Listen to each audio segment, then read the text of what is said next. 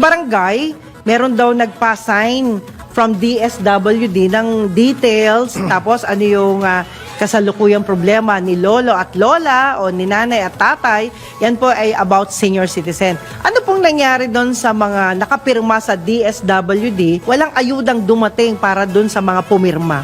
Nung panahon na yon, kasi yung NCSC na-create yan, term nila ni PRRD, si Rolly Bautista, ang secretary nun.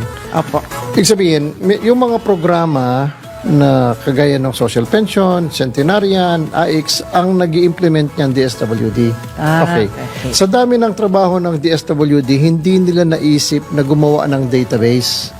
Diba? Kasi siyempre, kunyari nagkaroon ng batas na lahat ng 70 years old, bibigyan mo ng 10,000. Nagkaroon ng batas na ganun. Sige. Yung DSWD, hindi niya alam kung ilan yung 70 years old ngayong taong ito. Kasi wala siyang data.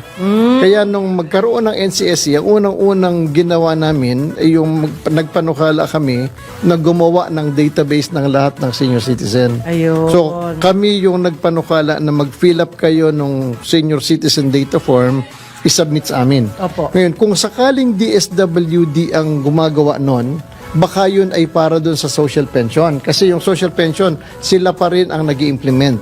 Yung batas para sa social pension, yung 9994, meron kasing definition kung sino yung dapat tumanggap. Nakalagay doon, indigent.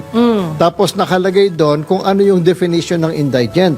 One who is frail, sickly or with disability, receiving no pension, or receiving no support. So kung yung ginagawa ng DSWD, yun.